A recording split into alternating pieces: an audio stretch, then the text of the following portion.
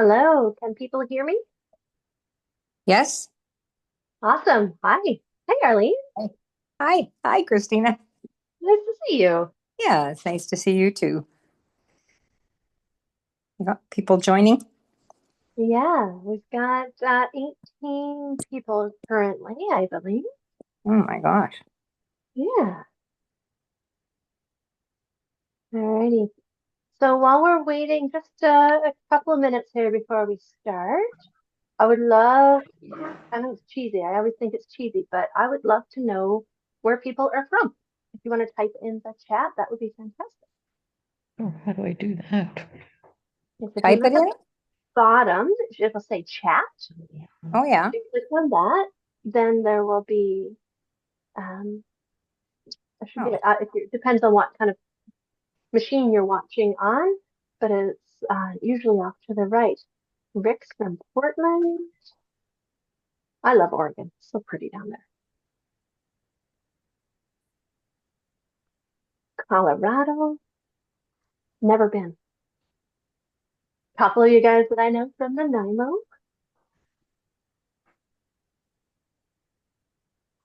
Does Barb and Rosie, does N stand for, what does it stand for in the States? I'm not familiar with the state abbreviations. Up north in BC. Oh, hey, Kathy.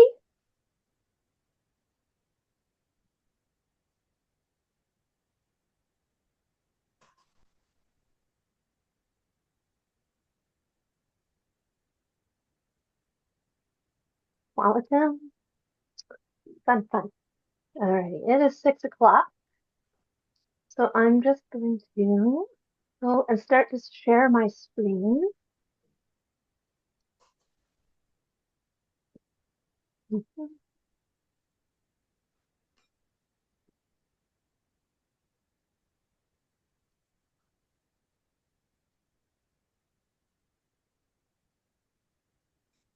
All righty.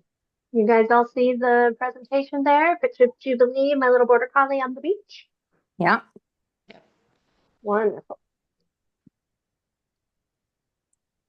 I'm going to try to get this so that I can see my. Do you see the people now or just the presentation still? Just the presentation. Okay. You know, you'd think for as much as I use Zoom, that I would be better at. But, oh, I think I lost my chat. Yeah, I did. Where's it? Bring it.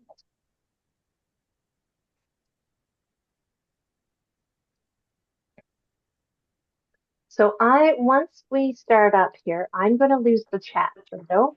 I won't be able to see what's going on. If there's something malfunctioning, please someone unmute themselves and let me know, like if the screen share stops going or if, something isn't quite lining up the way I'm thinking it is, please make sure that someone lets me know because I will not see the chat once I get going. We will, at the end, have time for questions. I have a bunch of questions that people emailed in that couldn't make it live. So I have their questions. And before we go over all of them, I'll give anyone here that's live a chance to ask any questions that you might have as well. So I am recovering from a respiratory flu. So I might need to take a moment here and there for my poor lungs. I tend to talk a lot during these.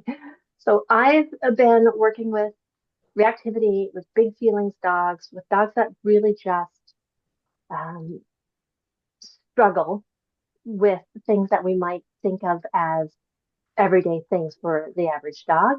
I've been working with this for a very long time. I've been doing it with in-person clients. I've been doing it online now for a couple of years. And I think I finally got it really fine-tuned for what's going to work for getting results for more than just one type of person or one type of dog. We have a great program going. We've got great results. And I'm really happy to share kind of my blueprint, my roadmap with you guys. And you shouldn't have to be a professional dog trainer to be able to help your dog. You just need to know what your dog needs and go with that. You need to understand your dog rather than all of the dog things. So I hope in this presentation, I'm going to give you some fresh new ideas and some things to think about, some inspiration, some motivation. And after the webinar, if you want to give me some feedback, shoot me an email, a text, what have you. I would love some feedback. So firstly, we're all here to learn how to deal with a dog's big feelings. My goal is to set you and your dog up for success so you can learn, both in training, but also out there in real life. It's not a lot of good to us if your dog is only successful in a very strict training program in very controlled circumstances. My goal is to set you both up out there so you can go out in real life and do it and be successful as well. And surprises, part of living with dogs, the idea that we're supposed to curate the environment to be perfect for our dogs just isn't realistic. We need to know how to handle things when exciting things happen, when scary things happen. Whatever your dog struggles with, if something comes out of the blue that your dog isn't ready for, or it's a surprise for your dog, that surprise shouldn't totally derail your progress. It shouldn't ruin your entire day. We need skills to help us deal with those things without all the excitement or reactivity or the drama.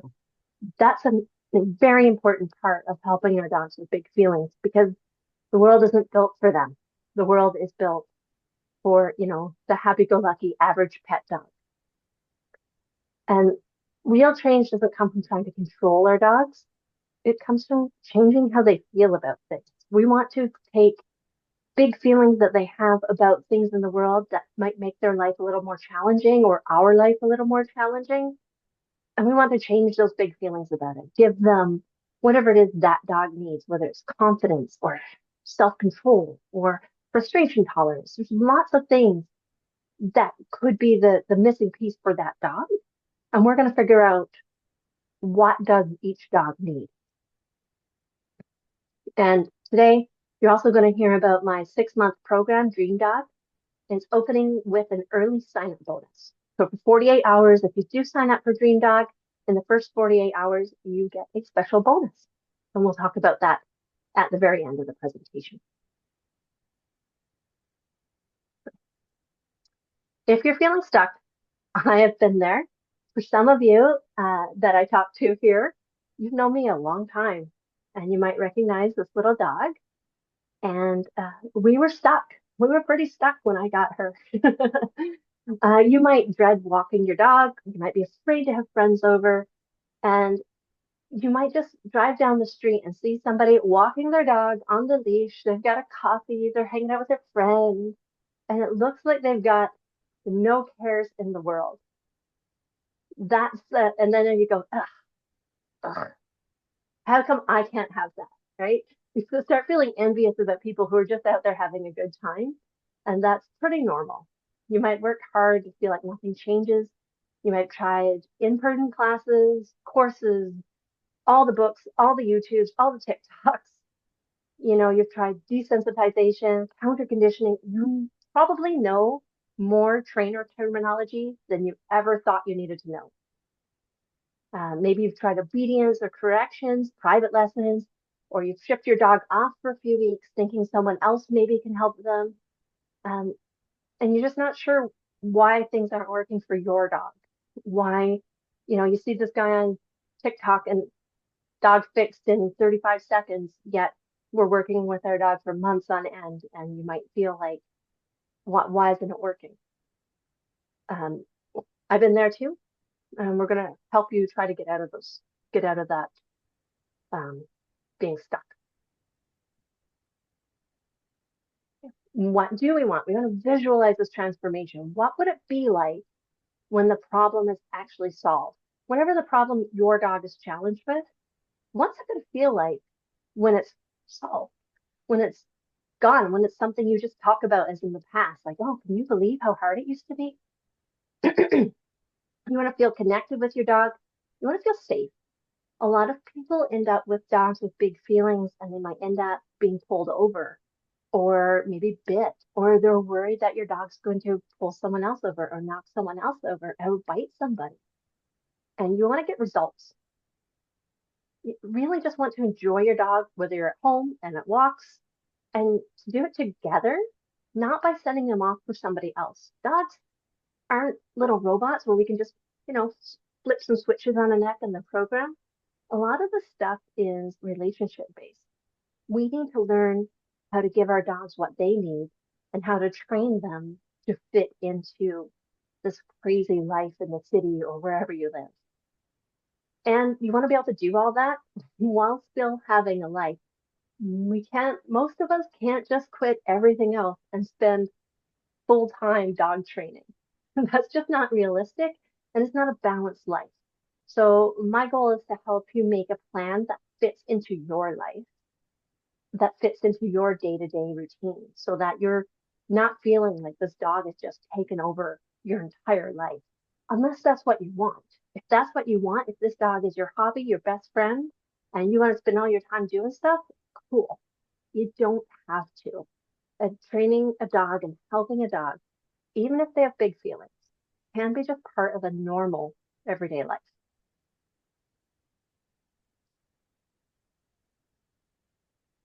And maybe you think you need some more games or techniques or control or rules. Like there's so many things out there that people are saying, oh, your dog is struggling. They just need more insert the blank, fill in the blank. It's like throwing spaghetti at the wall. Every person you run into is going to have an opinion about what it is your dog needs. It's like kids too, right? And really, you just want to be able to have fun with your dog, whatever that looks like for you. Lots and lots of reasons why dogs struggle. And you might try to figure out the reason why your dog's having all the difficulty. Maybe their big feelings are fear or excitement or frustration or guarding. Usually it's not just one of those reasons. Usually it's some sort of a combination. They might be excited to see friends, but are afraid and anxious about how to actually have interactions. They might be really excited to see another dog, frustrated about that darn leash that won't let them go there. Or maybe they're afraid of things, but they still really want to kind of say hi and maybe have a little play or see if that person wants to scratch them under the chin. Like a lot of the time, those reasons are combined. But it's not that it doesn't matter, it's that the actual problem why most dogs aren't progressing is bigger than figuring out why the dog is struggling. It's not just about that. That's just one teeny little piece about it. And we don't want to get stuck in that section, in that area. Here's Rebel. Real problem for most dogs is that they're trying a very out of the box canned training protocol. Whether you read a book or you look up something or someone's method. ChatGPT, I don't know if you guys, ChatGPT has spitting out some really fancy stuff these days, or any of the AI stuff. But every dog isn't the same. Dogs aren't just these little creatures that go through A, B, C, D, E, all the way up to the alphabet. They're all individuals, and they don't just go on the same baseline. They each have their own unique personalities, their own needs, their own drives, their own intrinsic motivators. And most of the training programs out there just don't account for that. They kind of stuff dogs in a box, maybe this box, that box, maybe there's 5 boxes. And the dog gets stuffed into one of these boxes. And the program might work for a little bit, but then it stops working, or maybe the dog regresses, or maybe different problems come up. And all of that changes when you learn what it is that your special dog, that your unique dog needs.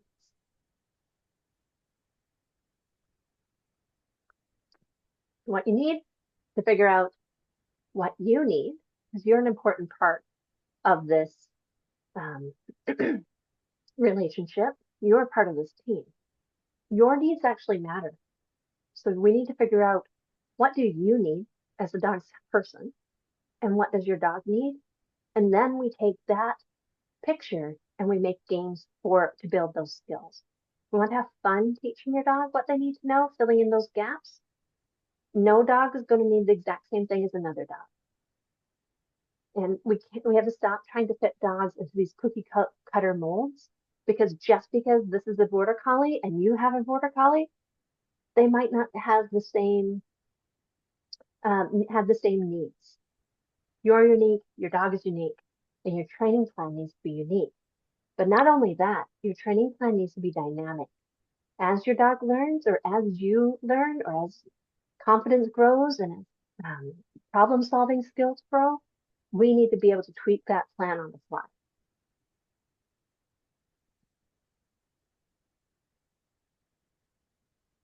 Why are more dogs struggling? If you've had dogs a long time, dogs didn't seem to struggle before as nearly as much as they are now. We didn't have reactive rover classes and all these Facebook groups and all this stuff. It just seemed to be dogs were easier. Dogs just kind of fit in. So some of the reasons why dogs are struggling is you have to consider which dogs are being bred and what are we actually breeding for. In the past, in the 80s, 90s, and before that, often Sally down the road had a really nice dog who was great with the kids, who could be out in the yard and out on the street going for her walks. And Bob, who lives a block down, had a dog who was really nice and great with the kids and didn't chase people on bikes and didn't chase cars. And they had puppies. And they made nice dogs that were designed to succeed in that environment. But today, we spay and neuter all of our dogs. All of our good family pets are pretty much spayed and neutered. That's not happening as much here. And I'm not saying go out and breed all your dogs. I'm saying this is one of the reasons that the dogs are struggling. It's because we don't kind of screen the temperament the same way we used to. In the past, if a dog bit people, that dog probably didn't stick around very long, but also that dog certainly wasn't out roaming the street making babies, making puppies. Right? There were some sayings. Once a dog tastes blood, is what my mom always said. If a dog bites, that's a bad dog. We have to take care of that. If a dog bit a child, you wouldn't have found that dog out on the street again. Now, lots of dogs are biting, and they're not only staying in the population. And I'm not saying they shouldn't, but a lot of those dogs are actually being bred. People are justifying breeding anxious or even aggressive dogs because they breed them to a nice tempered female, or because their lines are rare, or because they have excellent hips. We're breeding different dogs than we used to breed.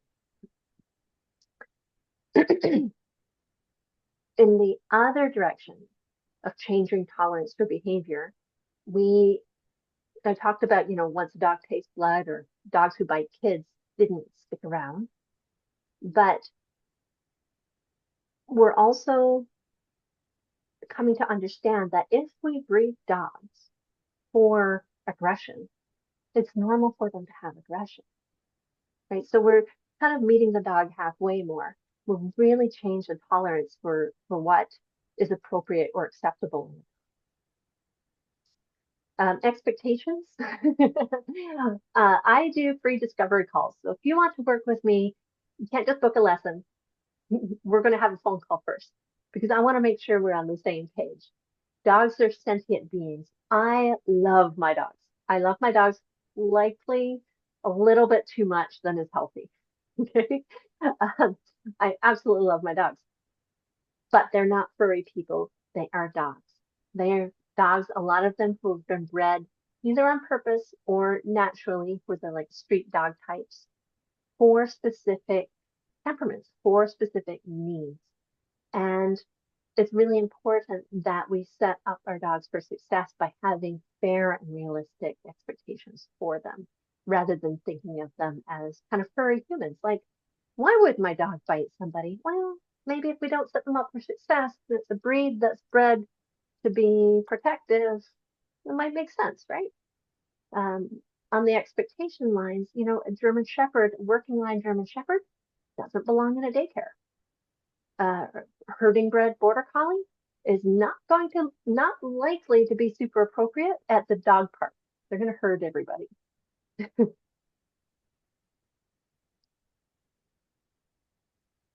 So training matters more today. A lot of people have working breed dogs. A lot of people have dogs that were bred for a specific purpose, but we no longer have that purpose for the dog. So we might breed and might have a Border Collie because we love hiking and biking and camping and agility. But we don't have a sheep farm. That dog was bred for a specific purpose, and we no longer have that for them. So we need to figure out how to meet the dog's needs, whatever type of dog that is, if our lifestyle isn't naturally meeting that for them. Another problem that we see is a lack of understanding and kind of romanticized traits. Everyone wants a loyal dog or a protective dog. 99% of dogs out there are loyal and protective. When we see those words in a breed standard, it often means not friendly with strangers.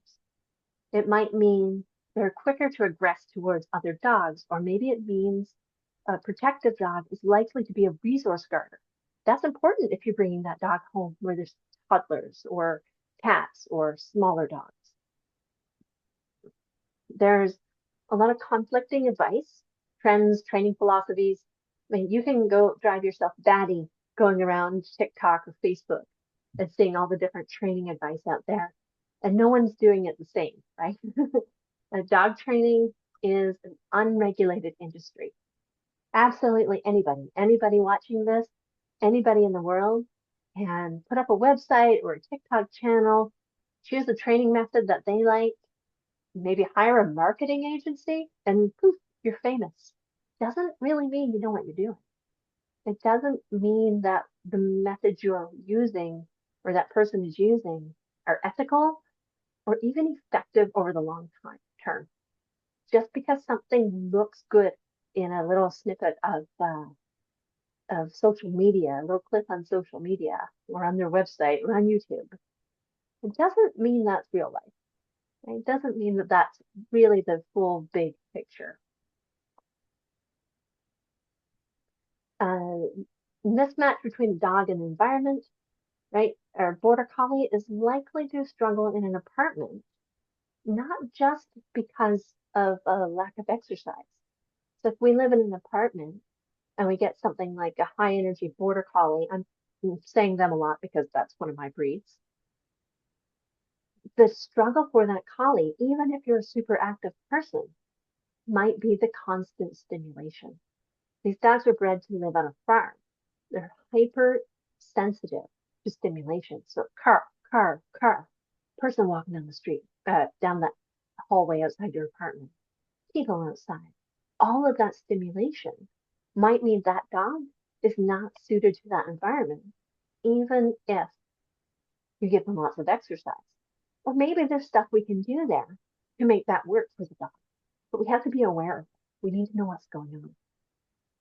Here, this is a picture of a very handsome boy named Thaddy. Great dog.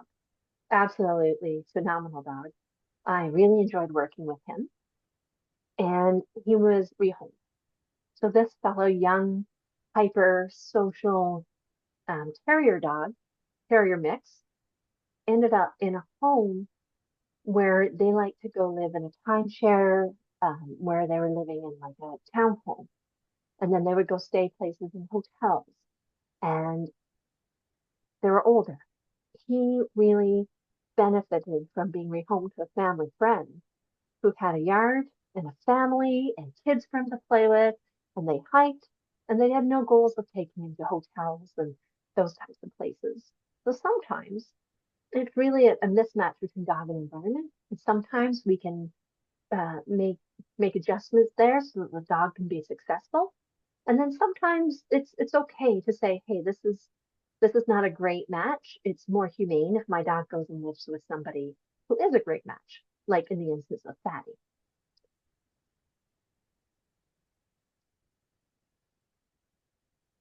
A little bit about me. I am a certified dog behavior consultant with the IAABC. I'm a professional canine behavior consultant with the Pet Professional Guild. I have my Bachelor of Science, and I like learning. So I've taken lots and lots of different courses. I still take courses all the time. I want to stay up to date on all the training, all the newest stuff, so that I know how to help everybody as best as I can. I have lived with my own big feelings dogs, trained thousands of them for almost 30 years. And that's crazy because I still think I'm 30. And so, but the math doesn't lie. I got my first dog 30 years ago and I started training when I'd had her about a year. So yeah, 29 years I've been training. But what makes me different is that, yeah, I'm a great dog trainer. I love my dogs. I'm very good at it. But I'm also a great people trainer. I started when I was 14, so before I had dogs. I accidentally signed up for peer tutoring as an elective, and I taught people with special needs right from the time I was 14 all the way through university to help pay for my tuition. And I also ended up working at the Nanaimo Disability Resource Center, designing programs for adults with disabilities and teaching there. So I'm really good at breaking things down, not just what the dog needs, but for the human, so that the human that's attached to the dog can also understand what we're doing and implement the training plan. And this is a picture of me a couple of years ago with my crew at the time. At the moment, we've lost these two guys on the side here. I've still got my little Peskimo, and I always giggle. I don't know how little paw print got over here as a sensor. Not sure how that got there, but it's pretty funny. And then we've got little Jubilee here as well. She's still here. And the dog in the last screen, Maxie, some of you may have met her. Unfortunately, we lost her in September 2024. Still miss that little girl. She was in the shelter, herself and two huskies. Max and the adult husky were both just under 2 years old, and the third dog was a 4-month-old husky. And animal control, they're not the people that, if you're in town, they're not the same people that run our city's animal control anymore. They're elsewhere. Animal control wanted to euthanize all three of them for being dangerous. And this doesn't sound right. So myself, my friends, we got together and we fought, and we had to fight hard to get the three of those dogs out of there. The reason that animal control said they were dangerous is because the three dogs were caught killing chickens. And for me, euthanizing a puppy and two very young dogs for killing chickens doesn't make sense. You don't want those dogs necessarily living on a farm. They need to go to a responsible home. But to euthanize otherwise friendly dogs, healthy dogs, I couldn't sit by and let that just happen without fighting them. So the huskies both went to Husky Rescue, and Maxie, our plan was to transport her to Border Collie Rescue. I was a Golden Retriever person. I wasn't into Border Collies at the time. But on our first walk, so the plan was to take her to rescue. But when she was lying in bed with us that night, Maxie, my husband and I were in bed, king size bed. Maxie spread eagle between us, getting belly rubs. And the email came in from Border Collie Rescue that said they are going to euthanize her because of her reputation with animal control. They didn't want to be connected. They didn't want to take her on too big of a liability. So she stayed. She was a lovely dog. One of her biggest problems when the person handed her over to me, her previous owner, she said, "Be careful. Maxie has broken a person's tooth by jumping up and muzzle punching them. And she's given several people nosebleeds by jumping up and muzzle punching them." So she was a big ball of arousal and excitement and frustration. And on her first walk, she showed me also that she's very, very leash reactive. She was, the dog was a football field away. And even though she integrated into my house, she was just in survival mode, most likely. When she saw another dog football field away, screaming banshee, kangarooing at the end of her leash, she actually broke 2 leashes in the first six months that I had her. She was wild. And I did not have the skills to handle her at that time. So I cried a lot. I cried and cried and cried. If you accidentally drop Max's leash, she's gone. Like it was not, oh, there's a dog, she's going to charge it. Oh, there's a deer, she's going to go chase it. No, if you dropped her leash, she was gone looking for something. She was, she was alive. It's a good thing she was in my house first before I found out how much work she was going to be.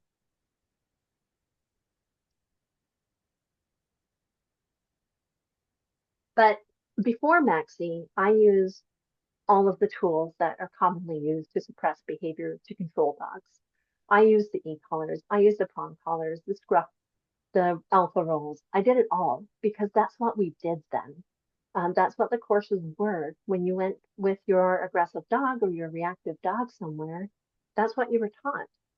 But I knew there was something better. And at this time, I'd been training positively um, for a couple of years, but I didn't have any big challenging dogs. So I told Maxie that I would never use those tools on her. And even if I didn't know how to do it yet, I was going to figure it out. And we did. We figured it out for Maxie. We went against the norm at the time. Cesar Milan was super popular. All the other training, that style of training was kind of what we did. And there's no need for that style of training. There's always a better way. So I took a break from walking her. We worked on our relationship, creating responsiveness, building up skills between the two of us, learning all I could. I read so many books. At the time, we were in Yahoo groups, learning what other people were doing and getting advice there. That was before Facebook. Trying to figure out how to meet her needs as a young, energetic border collie mix. It turned out that she was half golden retriever. Um, we did a lot of tricks. I've got a link there. If you want, you can look at Max's Trick Dog Champion video. That was so much fun with her. And then once we had all of that under wraps, once I was learning, then we went out in the world and we trained her reactivity and all of her big feelings with a plan. And then Max went blind and we had to start from the beginning. And we did it again, but it just went faster that time.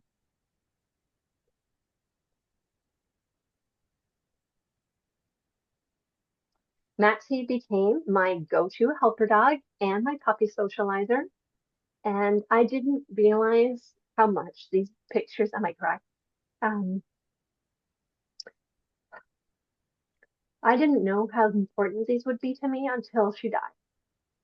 So if you're listening and Max helped your dog, or if you have pictures of Max, please send them over because I don't have pictures of most of the work Max did, but she was amazing. She helped dozens and dozens of dogs. Here she is helping Olive, a little pitty cattle dog mix, I think. There was, Olive was learning that other dogs can not only go on walks with her, but can even sniff the same post as she was. It's okay. She started making friends. Here she is with Maddie, Shadow playing. He was learning how to play appropriately. Little Ellie. Ellie's not super happy that Max is that close to her, but this is a huge improvement for little one. Stevie, the shepherd puppy. Chinook in the back here, little Finn. Super fun stuff. Max actually also was a demo dog for the SPCA Kids Camp. We did demos and patent chats in a day program for adults with developmental disabilities. For the locals, we went to Clay Tree Society a few times a year. And Max even performed in Super Dogs. I have to find my videos of that because that was just wonderful seeing my elderly blind dog run in Super Dogs. That was so much fun. She also became a therapy dog. So all of those big feelings about greeting people, that was a lot of anxiety, and she didn't know how to say hi to people without really going over the top. So we worked on that, and she became a therapy dog. She went to seniors' homes, and she even worked in the psychiatric unit at the hospital here locally. Now, not every dog is going to become a puppy socializer, a helper dog, or a therapy dog, but every dog can learn how to walk down the street. Every dog can learn to relax and be under control when a delivery comes to the door. There are certain goals that are realistic for every dog. And once we meet them, then you go, hey, how about a level further? How about a level further? We set some realistic goals for the dog in front of us. And when we get there, we go, okay, now what's next? Are we good here? Or do we want to take it up to the next level? And that's an important piece, is to set those realistic goals, those fair goals, those achievable goals. And then when we get there, we reevaluate.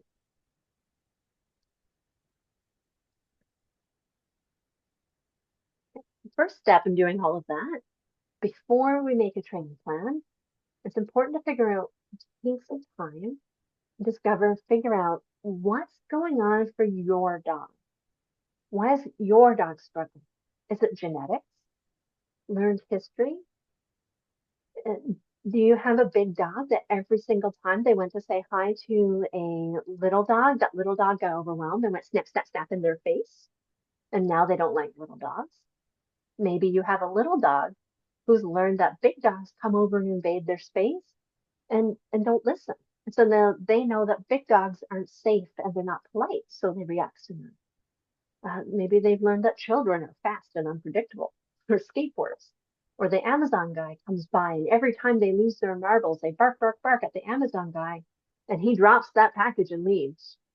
So there's a lot of stuff our dogs might have learned that really weren't things that we hoped they would learn, and we can change that. We can teach them new association.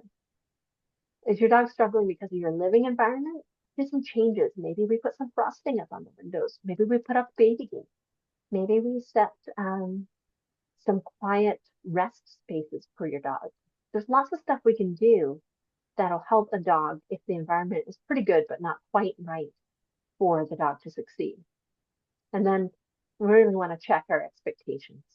You know, again, if we have a working line GSD, a German Shepherd dog, not going to be a daycare dog unless you have that one unicorn.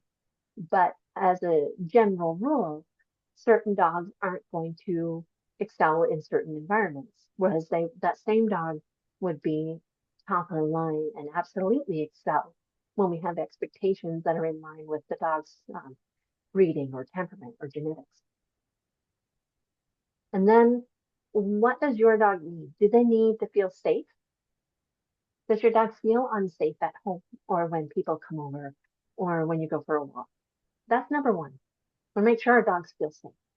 Do they need a little bit more confidence? Do they need resilience? How fast they recover when something worries them or when something doesn't go quite right? Or maybe your dog is great. They are so confident, they feel super safe, but they need some self-control. Or maybe they need problem-solving skills. They need some frustration tolerance. And yeah, some dogs need obedience.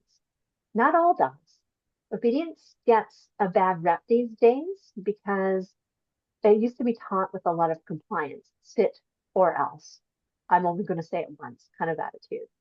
And so a lot of people stopped teaching their dogs any sort of obedience. Sit, lie down, go to your bed, wait at the doors, that kind of stuff. Heel, walk nicely. Those things might not be important for a big population of dogs, but for another population of dogs, those things are actually very important. So we need to figure out, what is it that your dog needs in order to succeed and in order to deal with all those big feelings.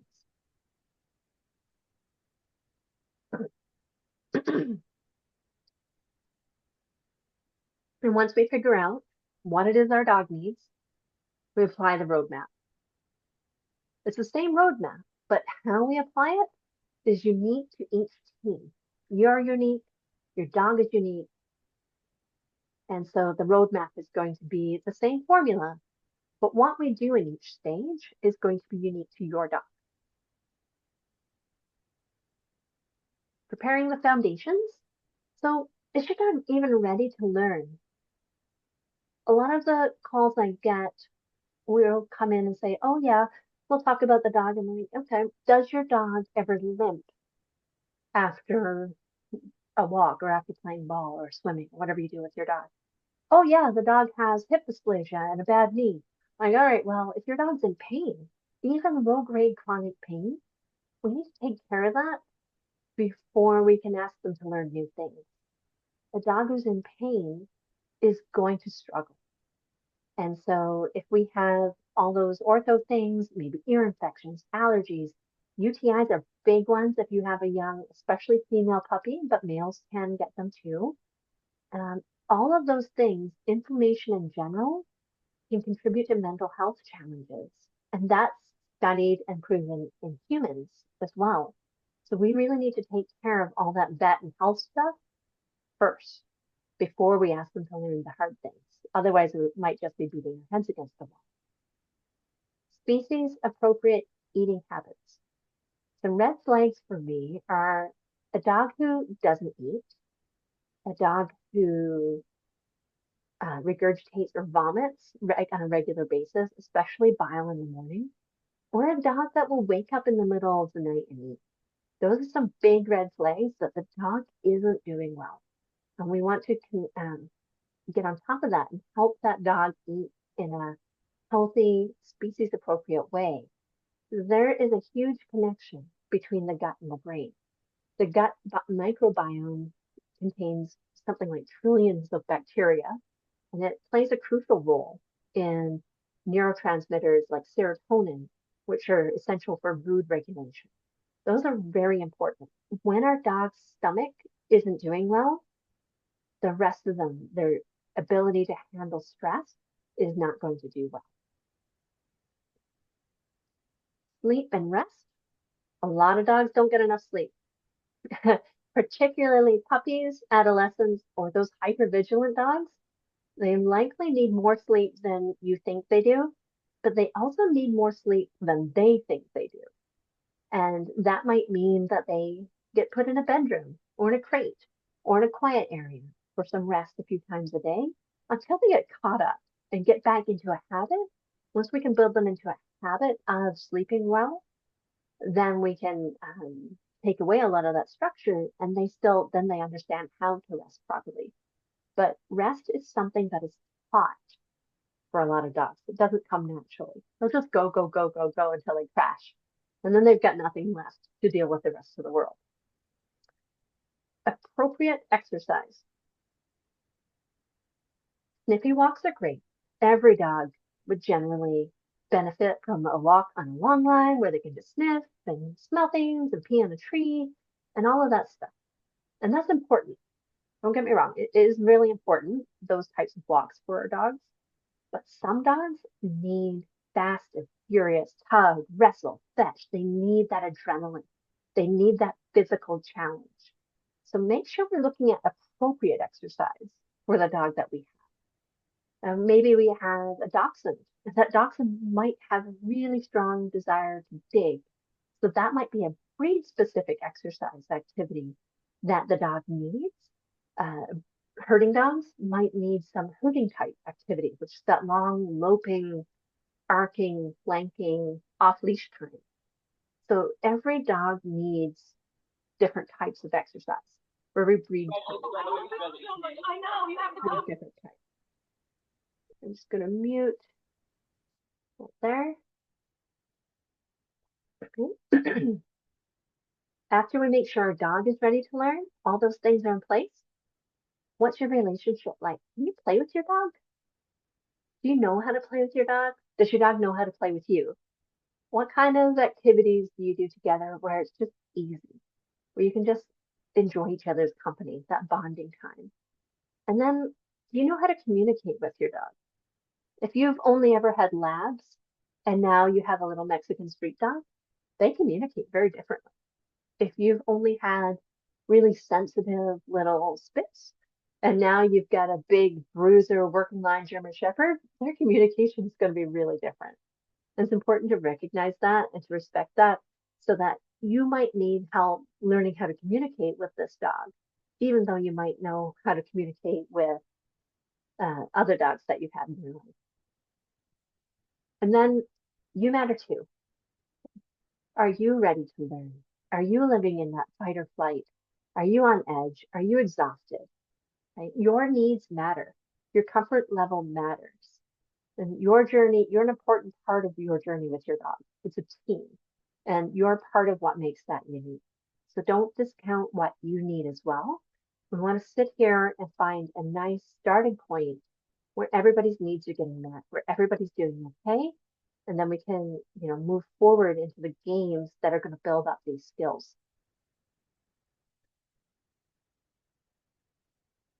A lot of different games for a lot of different skills, and we're still in the foundations. This is still just looking at preparing our dog so we can go do those hard things, so they can relax and be friendly. Maybe friendly might not be the right word, but maybe they can just be chill and polite when you have people over. Maybe, before you teach them that actually we don't need to bark at every dog you see on the street, or we don't need to lose our marbles and sound like a banshee when you see a rabbit. Before we do all that stuff, there's games here that we can play to build up the areas that your dog is weak in. So confidence, if your dog's worried about novelty and afraid to make mistakes, we want to play games that are going to help them become optimists. We want them curious, happy to try new things. Resiliency. So if one hard event can ruin your walk or your day, we want to change that. We want to help the dog build resiliency so that they can bounce back from setbacks. You too. If one thing happens and your nervous system has a hard time resetting, we need to work on this a little bit. Give you guys some skills so that you can recover from setbacks. And we don't want to, we don't want to bubble wrap our dogs. Stress is important for learning, but it has to be intentionally introduced in a controlled way. Otherwise, it can go the opposite way and destroy confidence and destroy resiliency. So we want to intentionally introduce stress so that our dogs can build resiliency. Too much stress, too hard of a challenge, and it will deteriorate our dog's abilities. Just the right level. There's one client that I'm thinking about, the little dog here, Pepper, Miss Pepper Potts. There are some clients that I absolutely loved working with. Michelle came up with the name Snifticles. So we made these little obstacle courses out of what we call bravery boxes now. And she made Snifticle courses and she played them outdoors. She had coyotes around her area, and Pepper's a very small dog, I think 20, 25 pounds, somewhere in there. And she would set these up outside so that Pepper would learn how to be safe, how to feel safe outdoors, instead of constantly looking and worrying if there was a coyote around. Michelle was going to take care of if there was a coyote around. She was going to protect Pepper. Pepper could relax and enjoy her walks or enjoy her time in the yard. And they did a really, really nice job with that. Other games are going to help us build self-control. So your dog might see another dog or see food or see a ball or see the lake and just lose their marbles without thinking. They just react when they see something that they want or that they're excited or afraid of. And we can teach lots of games at home in your kitchen that's going to help our dog learn how to pause and think before they react. Problem-solving skills don't come naturally to a lot of dogs. They might get stuck or shut down or just start tuning you out. Maybe they just walk away from you. And games that we play are going to teach them how to work out problems, how to figure things out independently. Give them those skills themselves so that they can handle challenges when they come their way. Frustration tolerance, that's an important one for a lot of the working breeds. They might become easily overwhelmed or explosive, and we want to create a dog who can handle challenges without stress, without barking. A lot of the frustrated dogs bark when they're frustrated. And then arousal management. games to help with arousal management. So if your dog struggles to be calm or listen or even eat, we can teach them how to calm down when excited. I was doing a lot of this today, actually. We were working with a young adolescent intact male field lab, and he was really, really excelling at this. It's very common in the working line breeds to have to work on those last three or last four in that list, and it's really common in like the insecure, more tentative breeds or rescues to have to work on more on the top side of that list. And as your dog learns, we might go, huh, we don't need this anymore. Actually, we need it up here, right? So it's dynamic. It changes all the time.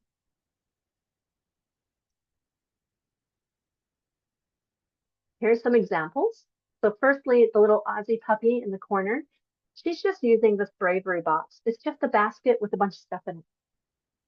Just for body awareness. You see her little foot up there. Body awareness, some confidence. Great puppy game. Up here, little Staffy mix. That's Scarlet. Scarlet was new to this home. Very lucky dog to have ended up with the wonderful, wonderful people that she found. Scarlet's excitement and arousal when she saw a human that she liked or a human that she was afraid of went through the roof. And she would, if you picture a dog doing parkour, parkour all around the house, that was Scarlet. And in the past, we would just say, lie down, stay.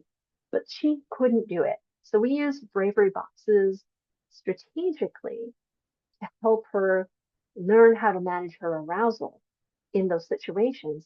Once we got the arousal under control, once we taught the dog how to regulate her arousal, then we could say, actually, please sit. But we had to teach her how to regulate her arousal first. We couldn't just go sit to this dog. She lived most of her life on a chain. She had no skills. And sometimes we have to break things down. We can't just say, oh, well, it's a dog. Tell them to sit or lie down or wait on their bed. Sometimes that's just not achievable for the dog at this moment. And we need to use these games in order to help them get there. The dog at the bottom down here, this is Nina. Nina, I got called to her home because of stranger danger.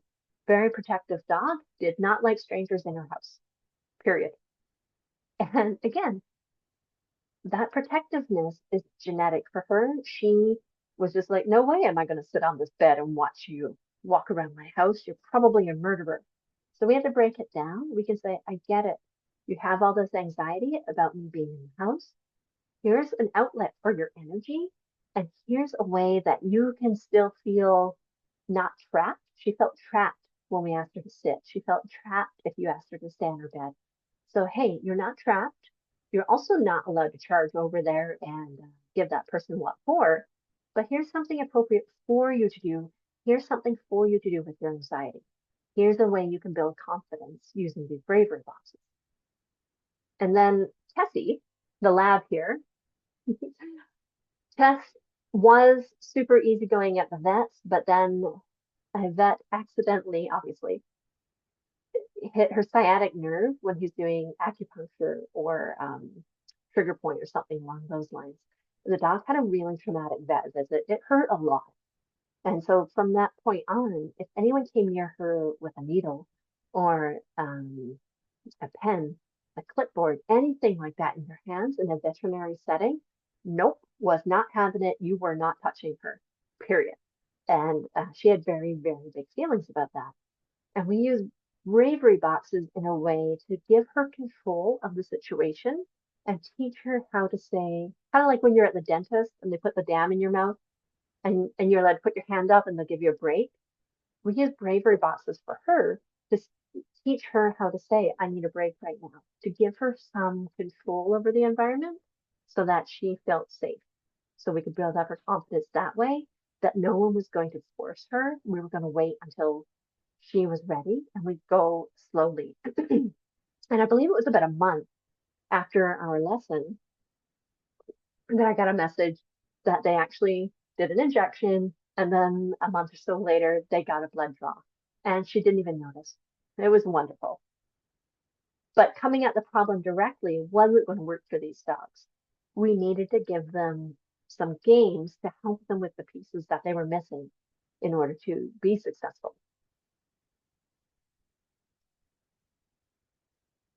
Okay, step 2. Anticipate and prepare for surprises. The world is not built for our big feelings dogs. Really isn't.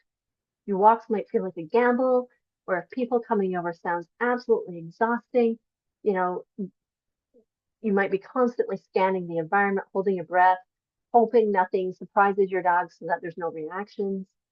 And when something does happen, you go blank, you freeze up, you stop breathing, you forget all your training. You might avoid places that you like to go because you're scared of what's going to happen when you go there. You don't want to scare anybody, but you also don't want to feel embarrassed about what's going on or frustrated or, like you're working on all these games, but in the moment, the training doesn't kick in. But once we train these, we train some management and get out of trouble games, we put it in muscle memory for you and for your dog. Both of you can then do this without even thinking. So you know how to handle it. Dog comes around the corner, or a kid comes around the corner, or a skateboard, or Amazon guy comes to the house, and you know what to do. And as soon as you initiate the game, your dog knows what to do and they follow your cue. But it has to be trained in a specific way. We need to train it very slowly and with many, many, many repetitions so that we can interrupt their dogs so they can hear us even when they start to get excited. And once you've got this in muscle memory, your body's going to respond automatically. Your dog follows your lead and you get out of that situation without spiraling, without all the drama. And instead of thinking, oh no, you think, got this, no problem. It should be fun.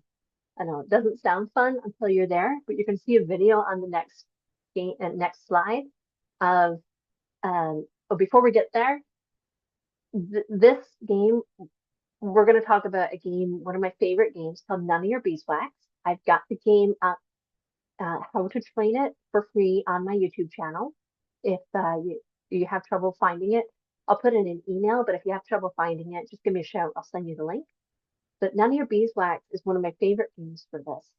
You can listen to my podcast, episode 45, and you'll hear Jillian talk about her dog Veda, as she can hang out on their deck now without worrying that Veda's going to be barking and losing her marbles when people walk down the street.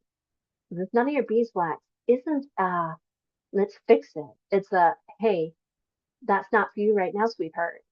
Taught in a positive, fun way. So we're not accidentally creating negative associations or damaging a relationship with our dog.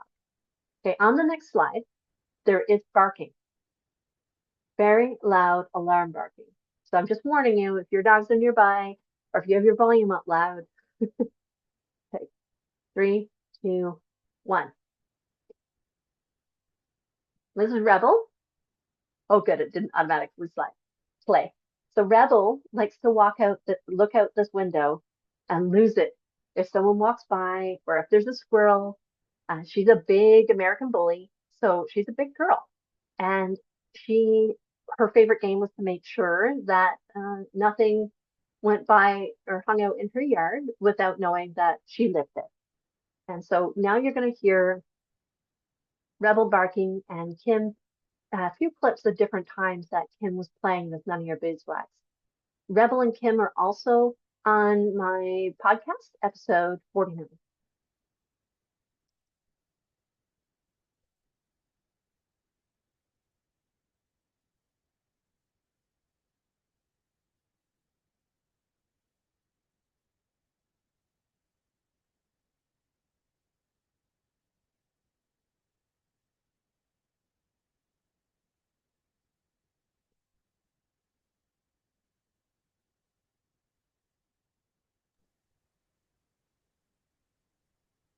So there's no meanness about it. There's no there's no aggression or angst.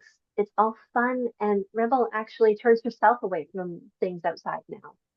So these games are a great way to teach our dogs actually that over there, none of your business right now. None of your beeswax.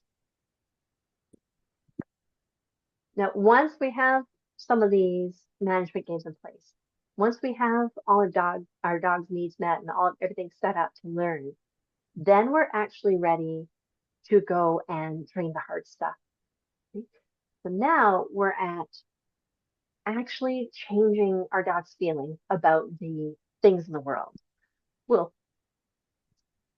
if we get in trouble, if we're out there working on whatever it is that your dog struggles with, fall back to those get out of trouble games. You always have those in your back pocket in muscle memory. If something starts going sideways, you're like, pivot, off we go. We got this. We're out of here without drama.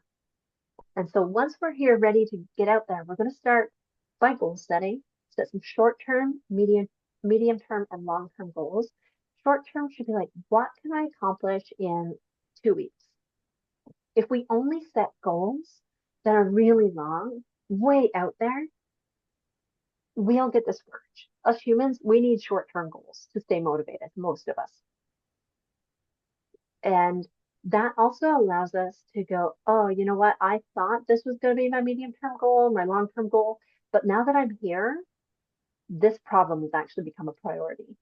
Or this problem seems like something I want to work on now. It seems very doable now.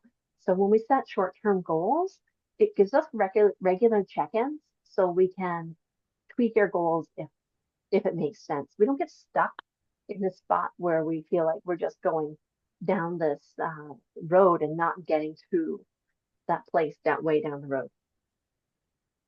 We will play games specific to what your dog needs. They're not going to be the same games that someone else's dog needs, or maybe that your last dog needed. And always fall back on those get out of trouble games. So this is Mr. Rain. You're going to hear about him in a second as well. Okay, so which games? There are desensitization games, cookie scatters. Desensitization with cookie scatters means we take some cookies, throw them on the ground, our dog snuffles them out while whatever it is that excites or upsets our dogs is nearby. This only works if you're using it not just to distract your dog.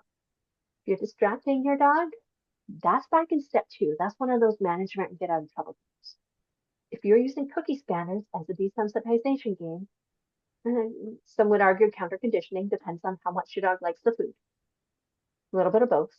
You have to do the cookie scatter in a way, in a direction, in a placement wise, so that your dog can still see whatever it is that's going on that was going to excite or upset them. That's really important when we think about desensitization. A lot of times we get into trouble with these games if we play them wrong and we're distracting your dog. If you're distracting your dog, it's one of the get out of trouble games. These desensitizing counter conditioning games, we want our dog to still be able to perceive whatever it is that's going on. We want them to still know it's low. So if our dog is super, super food motivated and we're using giant chunks of cheese, an elephant might walk by and they might not notice. So for these games, it's more likely that we're going to use lower or medium value treats, and be aware that if we switch into distracting, we've gone into one of those get out of trouble games. Alternate behavior games might be say, well, instead of jumping on people, can you sit? Okay. Instead of chasing a deer, can you lie down? Teaching alternate behaviors can be a really great way for some dogs to learn how to build some self-control. But we would teach those alternate behaviors away from whatever it is that excites or upsets them first. And we would be very careful about doing this if our dog is fearful. If we have a fearful dog, we usually steer clear of this one. We never want our dog to feel trapped and put in a stationary position if there's something that's scaring them nearby. More likely to use this if you have a dog who is super excited and really wants to go say hi to that person or that dog or sniff that tree. We'll give them an alternate behavior. And then we might reinforce that alternate behavior by saying, go say hi or go sniff that tree. Knowing which game to play when, what distance from whatever's going on, how long we play it for, why are we playing it, what are we trying to accomplish, and exactly how to play the game. So if I'm asking my dog to sit before they say hi to someone, am I asking them to sit beside me, facing the person, facing me? Like there's a lot of intricacies there that vary dog to dog. The right solution or the best solution for your dog depends on your dog. And it's not going to be the same thing that someone else's dog needs. Arousal in dogs is how excited they are. It can be fear, right? They go, oh my gosh, I'm about to die. It can be excitement. It can be frustration. All that kind of gets tied in for arousal. When we're playing these games, we need to know, is it increasing or decreasing my dog's arousal? So for instance, a cookie scatter for my male border collie that we lost last year, if we did a cookie scatter, that's going to increase his arousal. If I do a cookie scatter for the average dog, that'll lower their arousal. We need to know, what is this game doing for your dog's arousal? And that's important. If we're increasing arousal and whatever excites or upsets your dog is coming closer, we're going to get in trouble. If we're increasing arousal, we usually also have to be increasing distance in order to be successful. Otherwise, we can end up with dogs who seemed okay, but then they exploded out of nowhere. So knowing what's happening for your dog is critical, because that's going to determine how long we play it, if we play it moving away, if we play it stationary. All of that stuff depends on your dog's arousal and what that game does to it. Basically, what do you and your team need? We need to develop a personal plan for you to change how your dog feels and changes them from reactive or overstimulated to being able to think, being responsive, being able to breathe. Rain's success story. He is episode 52 in my podcast. Mr. Rain came to me. He was a very young puppy. I can't think off the top of my head. He was like very young puppy, well under a year. And he had a lot of issues. People couldn't handle him. It was, he was really snarky about being touched. He was reactive to people. He was reactive to dogs. It was very concerning behavior for such a young puppy. And he had a lot of fear. And with some training, he can now go anywhere. He goes to the seawall. He goes to the boardwalk. Here he goes to all the different dog competitions. He competes in nose work and rat finds and all the things. And people can't believe he's the same dog. And here he is. The last picture is of Rain at a doggy birthday party. Like, that's just not something that would have happened before. So I don't know which dog is having the birthday. I would imagine the little poodle, because he's up front getting the cookie first, I think. But, when we consider, why is that dog reacting? What does that dog need? And then tailor our games to filling those gaps, whether it's confidence, resilience, frustration, tolerance, then we can actually get to where that dog can be their best self and go out and enjoy the world. And Lori, Rain's person, she doesn't have to worry now. He's just a great little dog. He's not going to bite anyone. He's just lovely.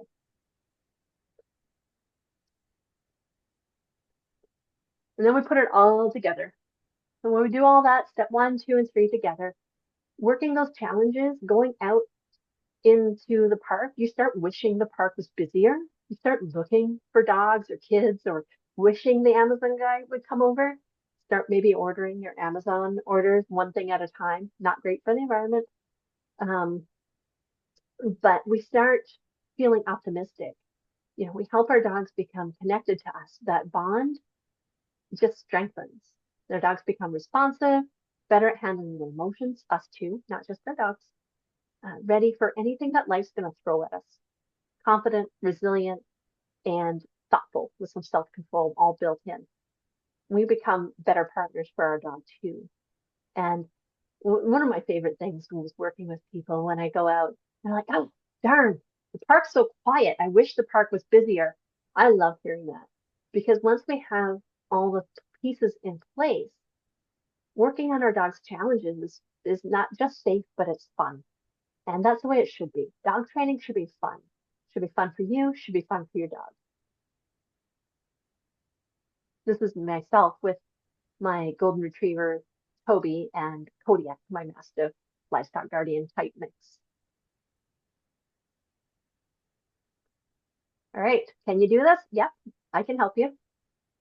And if you want to feel connected, feel like your dog hears you, and feel confident, feel like you can trust your dog, take a look at Dream Dog. It's now open for registration. You don't have to do it alone. I am here to help, and so are a group of peers who are going through very similar things.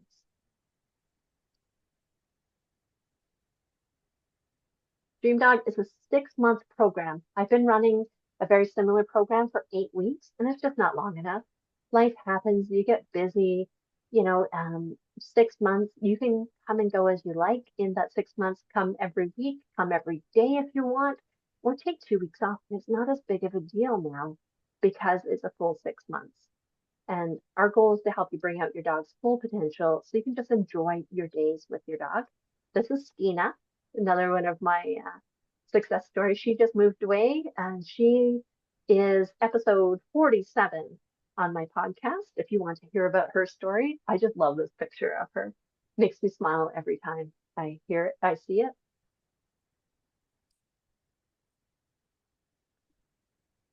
And part of what Dream Dog does is it keeps you accountable because when things are hard, it's really easy to just kind of be procrastinating and make yourself busy doing other stuff. But when you show up in the community, when you show up to live meetings, you get to be a little accountable. You're like, hey, what did you do this week? Or, hey, how's it going? And if things are too hard, if you're like, ugh, I couldn't get anything done, we go, okay, why? Let's break that down. So we're going to figure out exactly what your dog needs and what strategies and games your dog needs. I'm there. You can post. I'm going to watch your videos. When you post a video, I watch it 2, 3, 4 times so I can give you feedback on it. I can answer your questions. You can ask as many questions as you want. We have weekly live sessions where we do some training and individualized coaching. So we talk about what's going on for your dog and for you, as well as doing some structured learning.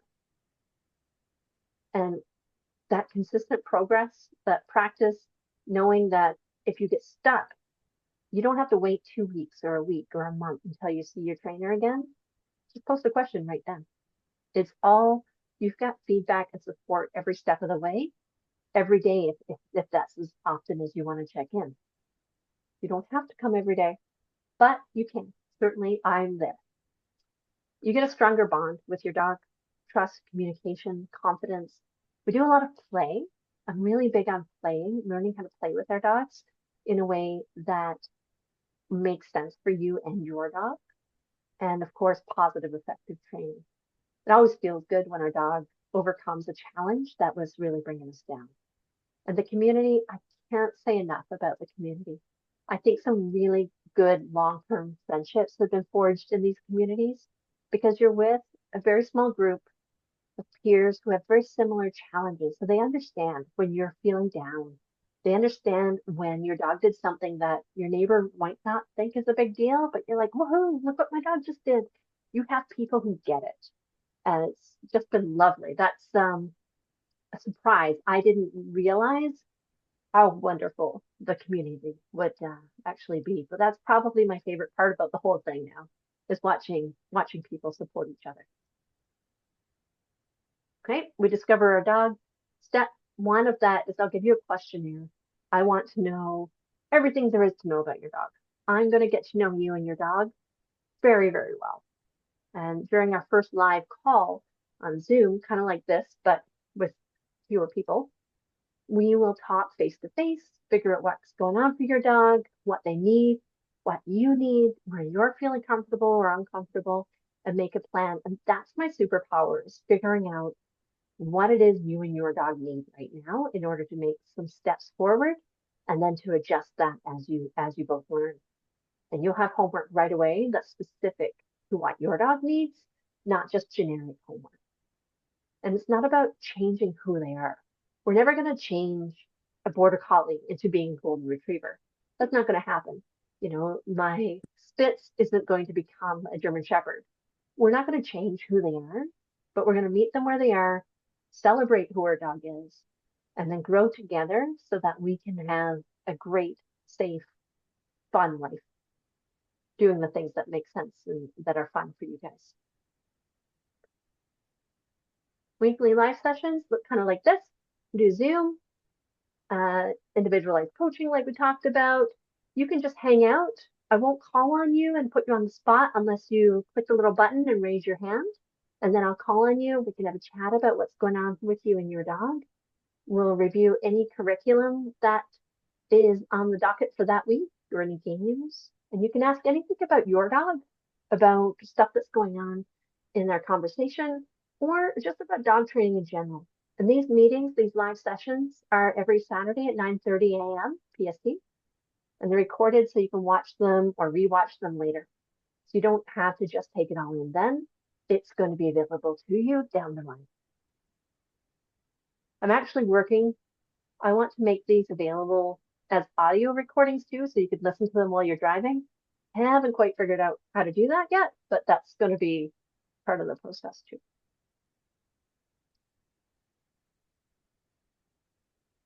Curriculum, I'm going to post games for you to play with your dog, skills to work on, and I'll put them in video and text format. So depending on how you learn, you'll be able to either watch or read about it and figure out how to play it with your dog. And then, of course, you can submit videos of you playing it for feedback. Adding more games all the time. And if you say, hey, you know what, I'm really having trouble with this, I'll make a video. No big deal. I can post a video of it for you.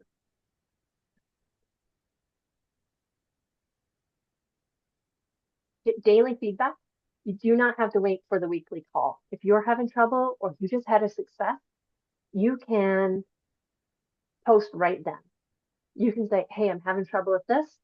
And I check in. You can post as much as you want. Written questions, no limit at all. Post as often as you like. I only check in 5 days a week. I take Monday, Tuesday off. And you can post videos if you're training up to 3 minutes long. After that, my brain is gone. And you can post one video a day, 7 days a week for detailed feedback from me.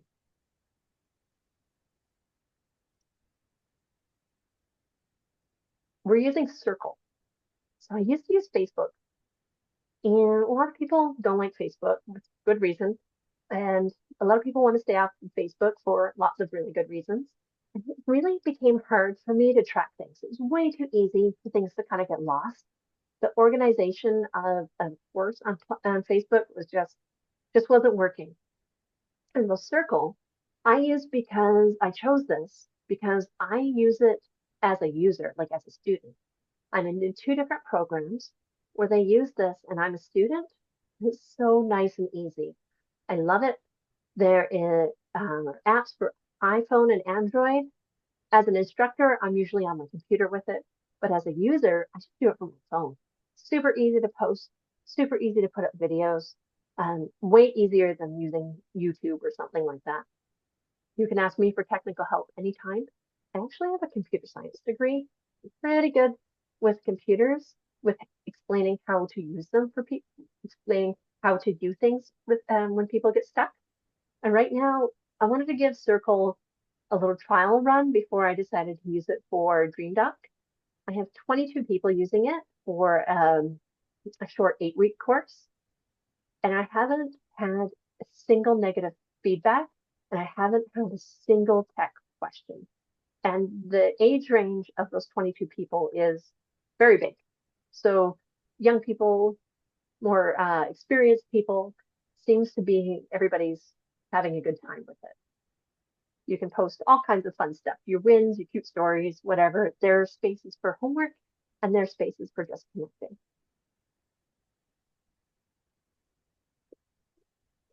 If you sign up for Dream Dog, you also get my on-demand courses. You have access to Trick Dog, which is really cool for teaching you how to train. It's not, I mean, it's fun. The tricks are fun. Don't get me wrong. I love tricks. But it's like, where should your cookie be? Where should your cookie be delivered? How should your cookie be delivered? There's a lot of technical stuff. If you want to get geeky on becoming a really effective trainer, a lot of cool stuff in that program, in that course. Nose work for building confidence and independence. Nose work is just great for every dog. You can start your dog off on that.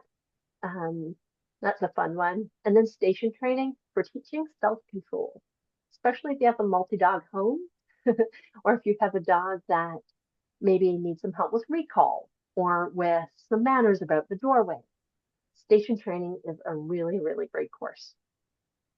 And if I create new courses, I've got a couple on the go right now. I'm going to throw those in too.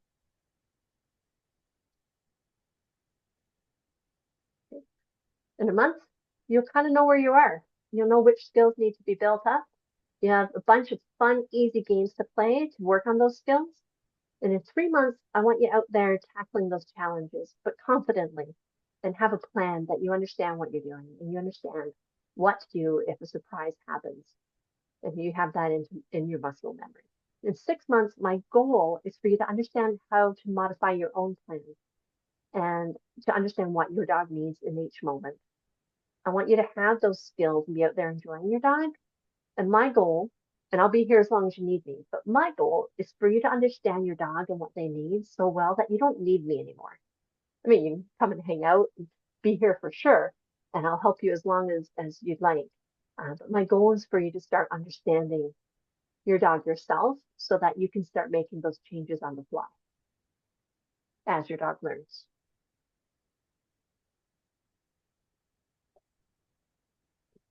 Nope, the picture is up. Okay. The picture's not up on my screen. That's Veda again. She's having so much fun there.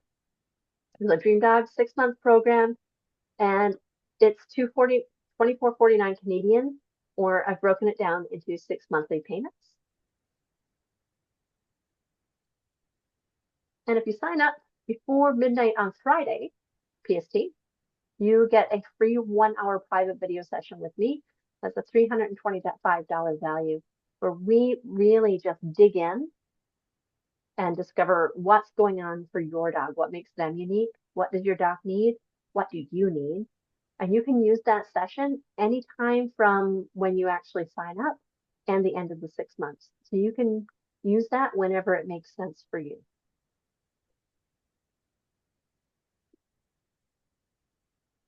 Now, you might be thinking you're busy, you don't have time for it. That's why it's 6 months. We're going to integrate games into your life 30 seconds at a time. So if you're super busy, don't worry. I once worked with a student and she was really scared. And she was so worried about working with me because her last trainer told her that she had to do 3 hours of homework with her dog every evening. Like, who has time for that? If you dedicate your whole life to your dog, wonderful, good for you. I think it's fabulous. But that's not realistic for most of us. And so we're going to put little training games into your day, 30 seconds at a time, 2 minutes at a time. We'll incorporate our games in the things you're already doing, like feeding your dog or making your coffee or letting your dog out for a pee.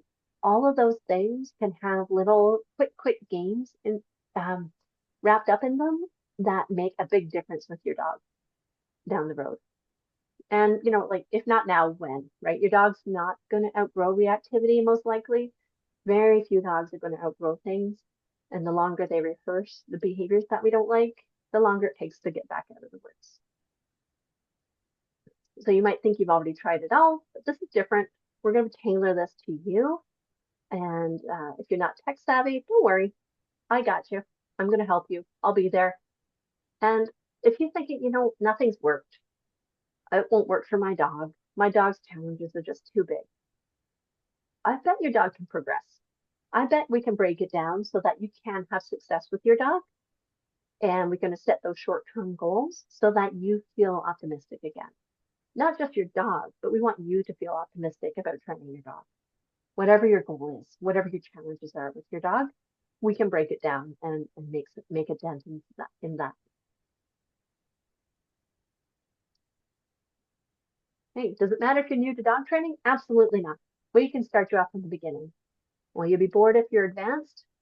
No, I don't think so. We will tailor it to whatever level you have. I actually have one person sign up today, Jillian, calling you out. Um, she's a pretty advanced dog trainer. She's got some mad skills with her two dogs, and she's in the program as well. So that's fantastic. How much do you have to participate? Whatever makes sense for you. You can take time off, come back. The recordings will be there. Everything will be there when you're ready for it. If you have the time and you have the energy and you really enjoy training your dog and playing with your dog, you can be there every single day. But you can participate at a level that makes sense for you and for your life. You do not have to attend the weekly sessions live. You can just watch the recordings, totally fine. You can even submit your questions ahead of time. If it's not one you want me to like text reply to, if you want me to chat about it, you can submit, and you know you can't make the live, you can write your question in ahead of time, and I'll talk about it in the live video. And honestly, guys, I think online dog training is much more productive and much more efficient and much more beneficial than in person. There's a few cases where I think it really is beneficial to be in person, but no, I think the being able to say daily you have feedback, or when you have a problem, you have help now. You don't have to rehearse doing things incorrectly or feeling stressed about something for a week or 2 weeks or however long between actual in-person lessons. You can get help today. If you're struggling today, you get help today. So we're able to break things down into smaller chunks. When I work with people one-on-one, I feel kind of bad, like when I work with them in person, because like even today I had a person that was a little overwhelmed. Like spending an hour with you, that's a lot of information to just take in all at once. And then poof, I'm gone till next week or 2 weeks later. And you're left with that giant chunk of knowledge all alone. I really think when you have that online support, it makes a lot of sense to help you stop from getting overwhelmed, get just a little bit of progress time, a little bit of time at a little bit at a time. And do I have to see your dog? I'd like to see videos of your dog. I'd like to see videos of you training your dog, ideally. But no, I've worked with enough dogs now that I can usually get a very good picture of what's going on by talking to you and by looking at some videos. All right. Before I go into the questions that were emailed in, I'm going to open up the chat.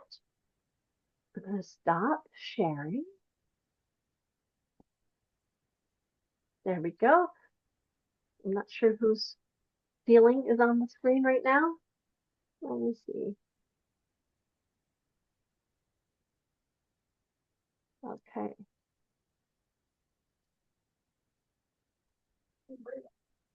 Oh. Okay. Does anyone have any questions? You can type in the chat, or if you want to unmute yourself, that would be fine too. Or you can raise your hand. You email the question. Oh, I have your question. If you email me a question, I have them in the list. All right. Oh, Monica, do you have some questions? I saw you unmute yourself there. Yeah, I do. I'm really interested in doing this. It's been a long time since I felt really inspired by a trainer. I emailed you. I'm getting very emotional. I emailed you the other day about a really bad experience I had, and I've been a little shut down since then. But so as you know, I have two dogs, both dealing with their own separate issues, but dealing with their issues in the house. And I'm wondering, could I do this with both of them, or would I have to just do one? Nope, it's a household. That's a great question. I probably should have that in my presentation. It's for the household.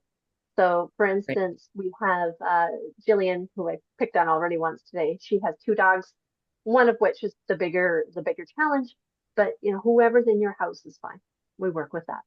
Great, thank you. You're welcome.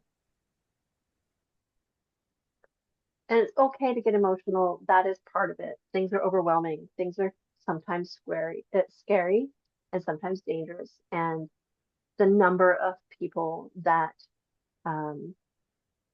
get emotional, and you're only there because care.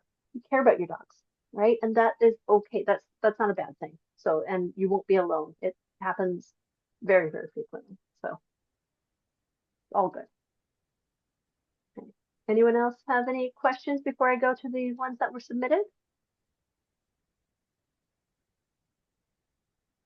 Sure, I have a question.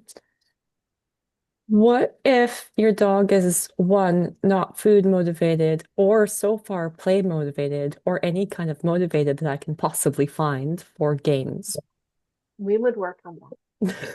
So, if a dog isn't food motivated and isn't play motivated, the dog's likely really struggling. Yeah. And that's where we would start and figure out what it is that that dog needs in order to feel well. And yes, that's actually pretty common when a dog is stressed, when a dog is living in some sort of state of stress, then their systems that are allow them to play aren't there. Like they're just stopped. That's not a survival thing. You don't need to play to survive. And you don't need to eat well to survive. You just need to eat a little bit. So a lot of times the digestive system will really slow down and have problems as well. So part of helping them feel better is teaching them how to play in a way that makes sense for your dog. It doesn't have to be the same as, border collie playing, right? That's probably not going to happen. That's okay. But we would work with the dog where they're at and work on loosening up and to opening up those two areas for your dog. Yeah, it's not so much at home. At home, he's okay. It's just out. So Yeah. So if Yeah. that's easy then. Oh, that's they like do it at he's home? overstimulated with Yeah. everything. So and Oh, then that's he has very big love feelings. that's an awesome problem to have. Yeah. When they have those things at home, they just don't have them out and about. Mhm. That's much easier to fix than if they're too shut down at home to even do those things. Yeah, at home he's okay. Oh yeah, then yeah, we can get there. Don't worry. Okay. That's pretty common. How old is your guy now? He's 3.5. Oh, perfect. Just an adult. Yeah. Yeah. Yeah. And he's a Dane, right? Yeah. Yeah. So, and he literally loves every single thing, but when he gets out, he does not, he just shuts down from me completely. We can fix that. Okay. That would be fun to work on. I think the reinforcement that we would get from seeing him change in there would be so fun. Mm-hmm. Alrighty. Did that answer your question, Trish? Yeah, thank you. You're welcome. Okay, anybody else have a live question here? Counting down from 5, and then I'll go to the submitted ones. 3, 1. Okay, if you do think of a question,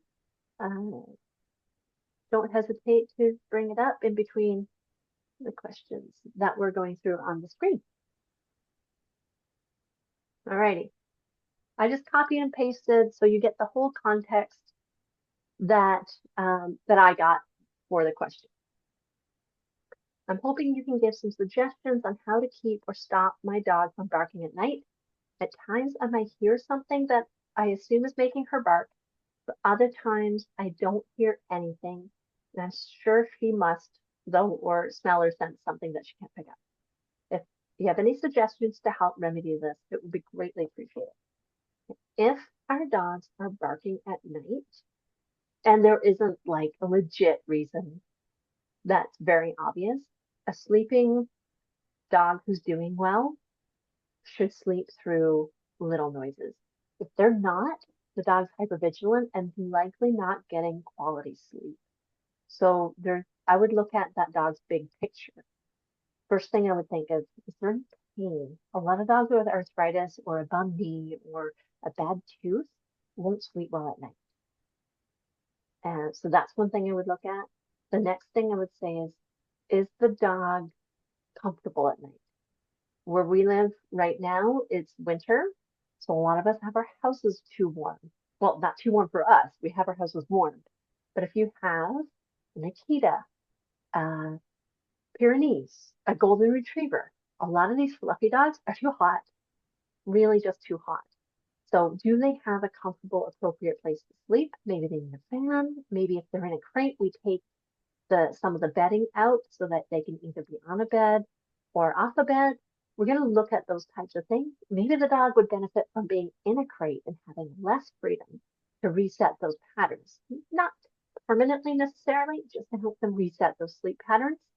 Next thing's put on a white noise machine. You can put on a radio, or you can just buy a little, I think they're about $15 on Amazon. I keep mentioning Amazon. If you're really against Amazon, I totally get it. It's just super easy for me to tell you how to get stuff. But I would try things like that. The problem likely isn't that your dog is hearing something. The problem is that your dog isn't sleeping well to begin with, be my guess. Okay. Next question. My biggest challenge is having 2 dogs that are reactive and very FOMO, fear of missing out, if you don't know what that is. I know I work with one, especially the 5-minute bites, so like 5-minute training sessions, and have the other one stay out of the way. Separate rooms is just not practical for these quickie as life happens sessions. Absolutely. If you have multiple dogs, train your dogs together, with the exception is if one is very old or very medically compromised or has some serious behavior challenges, then we might separate them at first. Train your dogs together, work on stationing.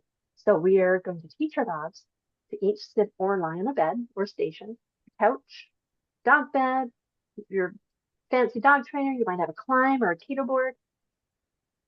Teach your dogs to each sit on one. Teach your dogs, you stay there, you come here, sit. Bingo. You go back, you come here, sit. We start there and we work up to being able to actually train dogs one at a time. Any videos I do, you'll almost always see all of my dogs involved in that, playing the game too. This is self-control. If we have reactive dogs, teaching self-control in this way is going to help your life immensely. I strongly, strongly recommend it.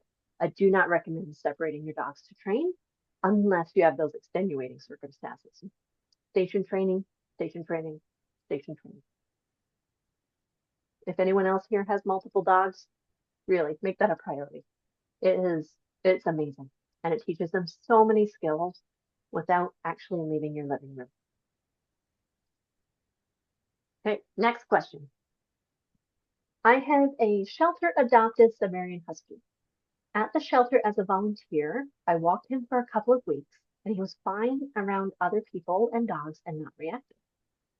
I adopted him and he was very wild with me, so I went to behaviors to put him on reconcile and training. He's not had the opportunity to play with other dogs for socializing since adopted for the most part. I still have him on reconcile for over 2 years, yet with some dogs he gets so aroused on walks and leaps and pulls and saliva flies from his mouth, I can picture it. I tried high-end treat diversion and it works sometimes, but not when highly aroused. He gets anxious at times if I stop on a walk to say hello to someone. He's on 24 milligrams of reconcile and reduced it. I want to wean him off it, struggling, having him medicated and trying to navigate this, feeling a bit lost. Yeah. This is a husky that was super social at the shelter. I think this is unmet needs. We had to find a way to get him some friends. And sometimes when we have unmet needs, we fudge the training a little bit to just make it happen so he can wrestle and get that need met.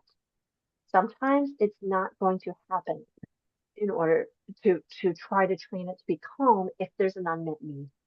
Sibes are generally, there are exceptions, very social dogs. In general, Sibes, Doodles, and Retrievers are what you're going to see at a doggy daycare. They're one of the breeds that generally does much better in that environment. Everything else, maybe not. I think we need to get this dog some friends. And maybe we do that at the shelter if you don't have other dogs. Maybe we can do something there, but we can work through, depending on his challenges, we can work through how to introduce him to dogs in a way that makes sense and a way that actually gets him that need met. But I think it's not fair or ethical to take a really social dog and then not let him have interactions. Now, if you were telling me this dog, ate the neighbor's dog and injured 6 dogs at the shelter, that's different, right? But this is a social dog that was doing great and not reactive. He's probably just frustrated beyond belief and not having his needs met. So hope that is the answer you were hoping for. I don't think we can medicate or train away unmet needs. Right, next question. My Portuguese water dog is reactive in the sense of shutting down and wanting to go home, go back to the car and not participate. Not reactive or aggressive, trembling, tail tucked, refusing to keep going. So big emotions, but not aggressive. So when dogs are reactive, they either react up or they react down. They stress up or they stress down. This is the dog that's stressing down. Should I just accept that she doesn't want to go on all those trails that we used to love and live a quieter at home mostly life? I really don't think there was a dog-dog aggression on the trails. Maybe at a different trail a few years ago, but we've avoided that trail since she was an adolescent. The only trail she has never refused is White Pine. She does well at rally and scent classes, mostly, and another trainer here, who's a friend of mine, thinks she looks pretty normal. Perhaps I just wish she were different. I think that this is a problem. I would like your dog to be able to go out and enjoy the forest. It sounds like you already do a lot with her with the one trail and all the classes. If you're happy there, that's okay. It sounds like she has a good life with just those things. But if you want to go out on those trails, and then I think we should do that. I think that that is something that's doable, and I think that it's something that would increase your quality of life and her quality of life. My worry there is that sometimes when we have these types of behaviors, we don't know why they're happening, but sometimes they just continue getting worse. And so that would be my worry, is that her world would get smaller and smaller. And the earlier we address it, the earlier we try to intervene, the less small her world is going to get. The easier it is to help her, the earlier we get in there, before her world gets smaller and smaller and smaller. I did ask a follow-up question, and the person said fluoxetine helped a lot with noise sensitivity, but they maxed out without much improvement in confidence, starting to taper off and considering other options, doing a noise sensitivity class when it's next available through Fenzi. I'll be teaching one through Fenzi in a couple weeks too. Fenzi Dog Sports Academy, great place to take courses and webinars, guys, if you're not aware of them. So I asked a follow-up question of, is there a gear difference between what she wears to class versus on the trails? No, there was not. I also asked if she's ever been on a pain medication. So this is another thing where I kind of go, that's really weird. I would think pain as a possible cause of that. And they had done an 8-day trial of meloxicam, Metacam. For those of you who know that, it's an NSAID. And they're thinking of repeating it. A proper pain trial, and their studies on this, is 12 weeks. So an 8-day trial, a 3-day trial, a 2-week trial of pain medication, if we have a dog with something serious or something that's been going on for a while, a pain trial, like trying to put them on pain medication to see if the problem goes away, needs to be long enough. And I'm not a vet, not by any means, but a pain trial, according to the studies, needs to be long enough, not only just for the pain to not be there for a bit, but our dogs have to stop anticipating the pain. And that's why they're usually for 12 weeks for a proper pain trial.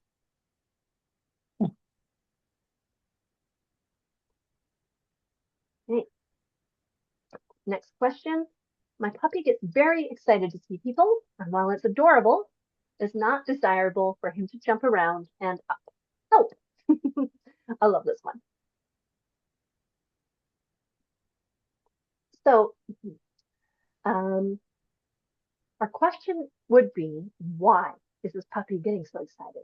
Because sometimes a puppy gets super, super excited and is just so happy they can't contain themselves. In that case, we're going to work on some emotional regulation, some self-control games, and having some consistency even within people in the dog's family sit for all greetings. And we will create a default sit behavior for greetings and then teach a 3-second greeting or a 1-second greeting. Think of it like a handshake. Hi, nice to meet you, and break away.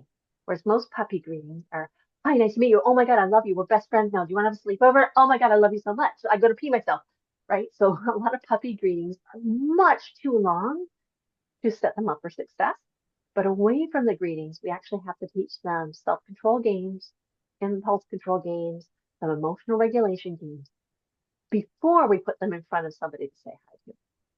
Now, the caveat here is that sometimes, a lot of the times, I wouldn't say most of the time at all, but frequently, this over the top puppy excitement is actually fear and appeasement. So some puppies act super, super excited and happy as a coping mechanism when they're insecure and don't know how to navigate that social situation. So just be careful of that, because for the fearful puppy, we wouldn't be working on the sit. We wouldn't be working on those self-control games. We would be working on confidence. And we wouldn't ask them to sit before saying hi to people. So this one is a tricky one because it depends on your dog.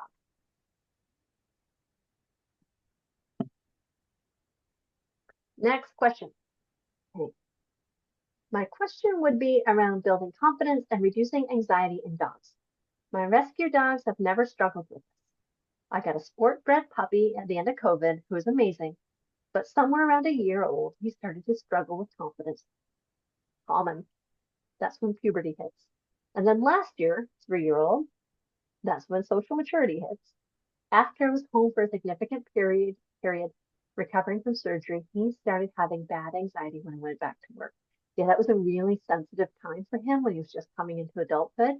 So a change there is hard, harder than if he was 4 or 5. He's fine in a working situation like agility or flyball trial, but I can't take him on hiking trails and he struggles just on walks. Okay, so he's not just struggling when you go to work, he's struggling when you went back to work, he started struggling. Okay. I would love to know what I did wrong with him, but more so ideas to build confidence. Not your fault. Okay. A lot of times we think, oh, if I did this wrong. And you do not have to be a professional dog handler in order to raise a puppy. And a lot of puppies live in, you wouldn't believe the situations I see puppies and dogs living in. Those dogs are fine. Like, it's unbelievable the lack of, I'm air quotes, good home, the lack of appropriate care a dog can have and still be fine. So this is more about your dog. Okay, so don't blame yourself. Sounds like you're doing a lot of great things with your dog. But you want more ideas to build confidence. Your anxiety is being treated by a behavior vet and working on some coping skills. But I think if he was more confident in general, his anxiety would be less in those scenarios. Yeah, if you go on my sport bred puppy, I'd love to know his breed. If you go on my website, I would look up the bravery boxes, and I would also look at the cookie challenge I did a couple of years ago. Can't find them, let me know. I'll send you some links. But I think building up some confidence and some resilience using those 2 games would be kind of where I'd start without having a lot more information about him, like a proper intake form on him. Those are my first 2 thoughts on that. But yeah, definitely let's do some confidence building stuff.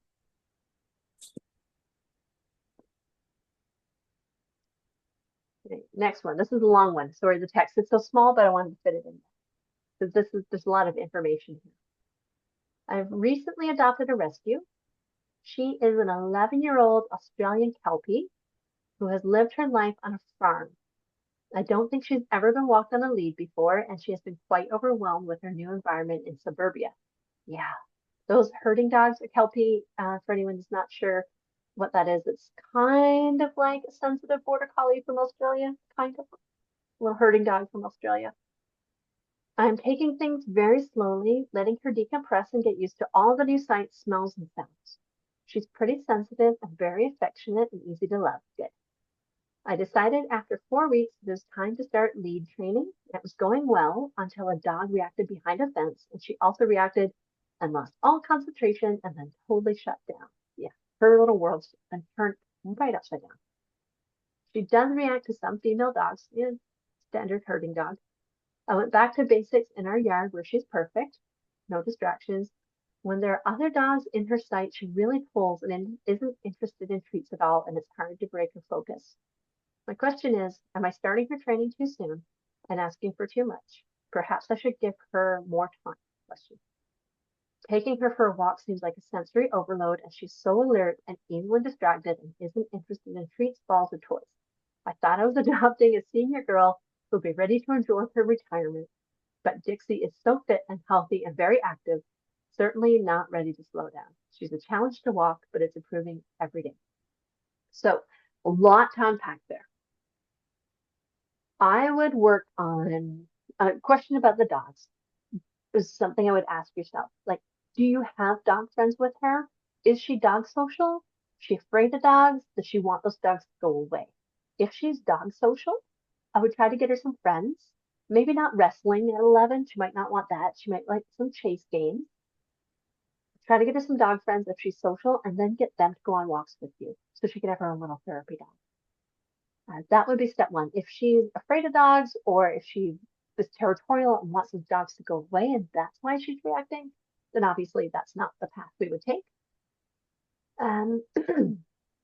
If she's good with lead training in your yard, I would start working on the relaxation protocol and treat the world as zones.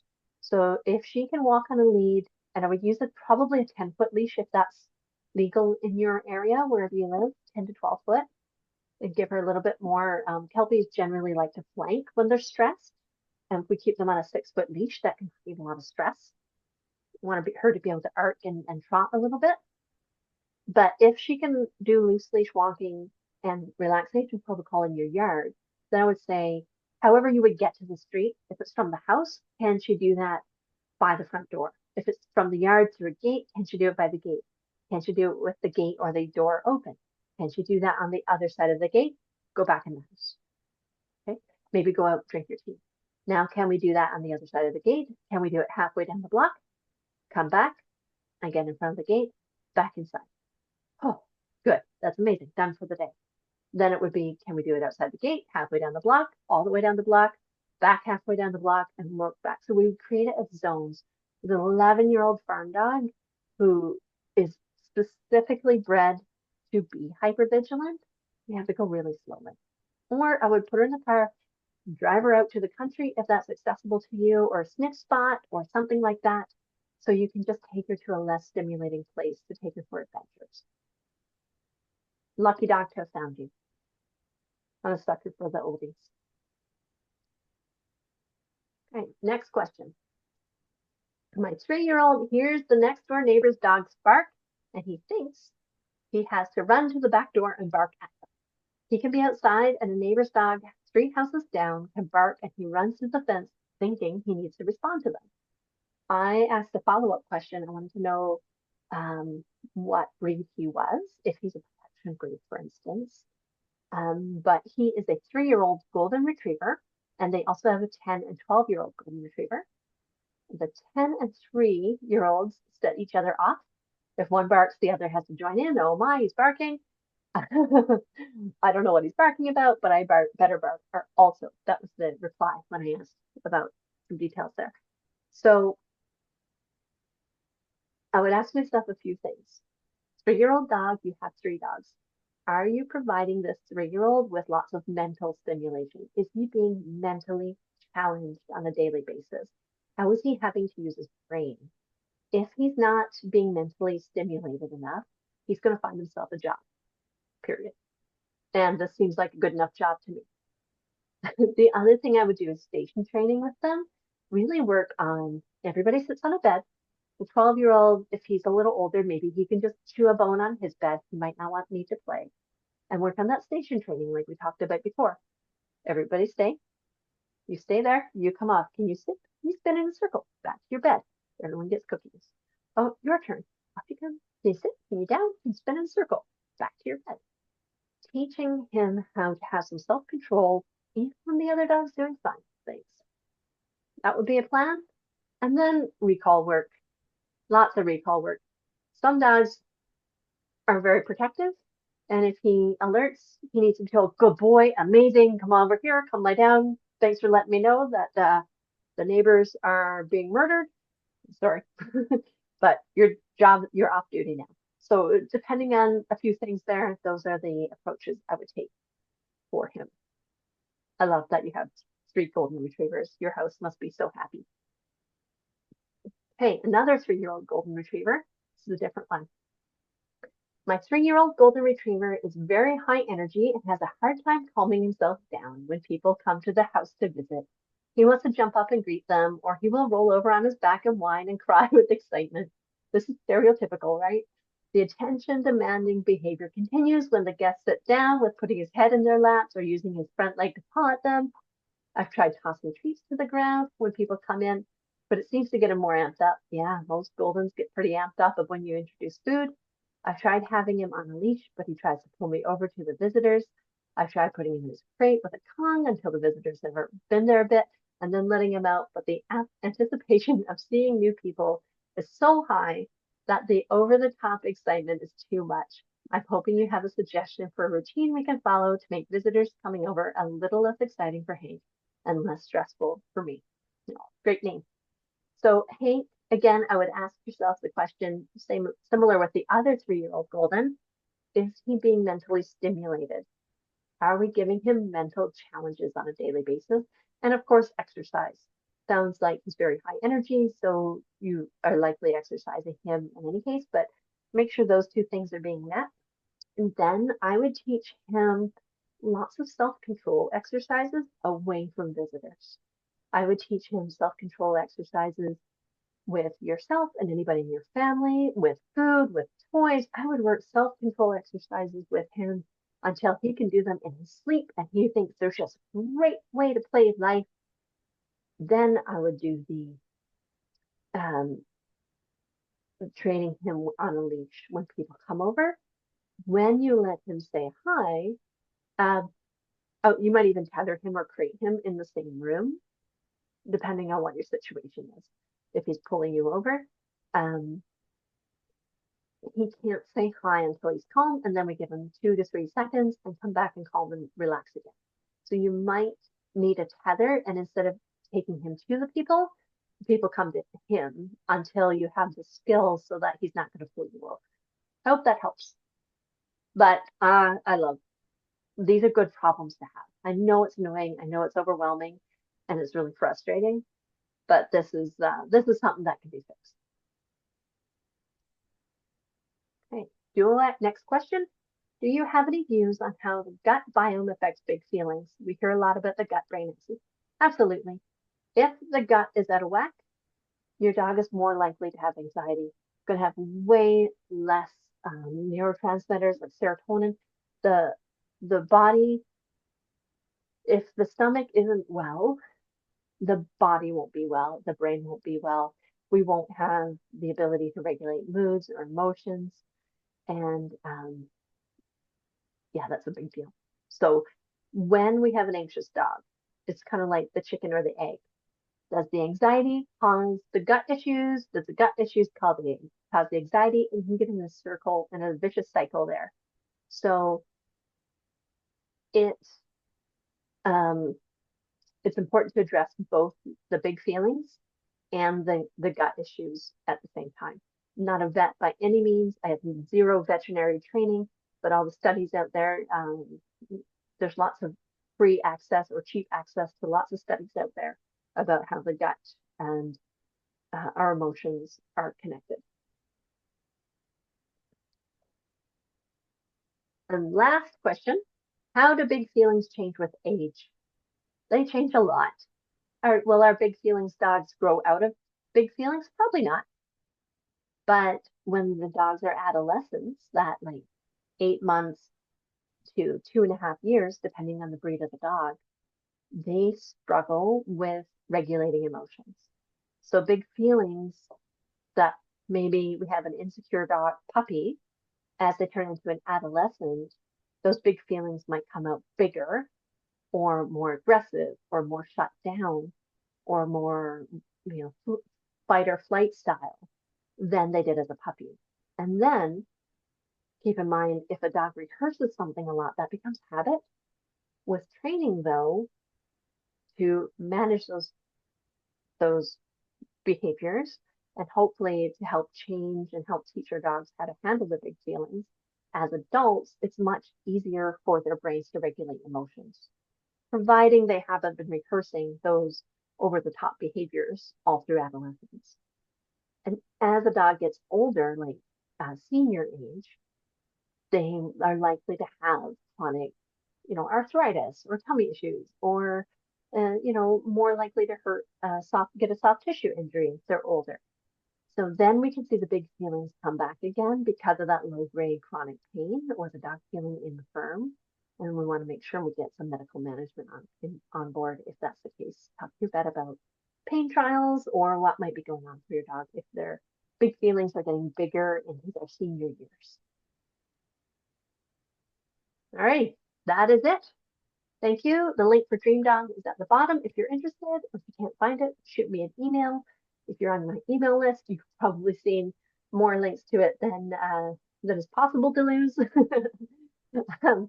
And I'm happy to answer any questions. And as well, if you're interested in working with me, whether one-on-one or through Dream Dog, you can sign up for a free discovery call. We can have a chit chat on Zoom or on the phone and talk about whichever program is right for you.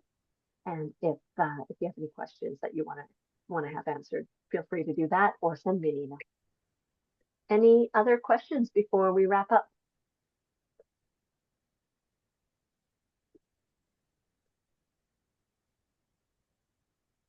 Checking. There we go. Alrighty, everybody. Thank you so much for sticking around. Thank you. You're welcome. Thank you. All right. Take care, guys. Thanks so much. We'll talk to you soon. You're welcome. Talk soon.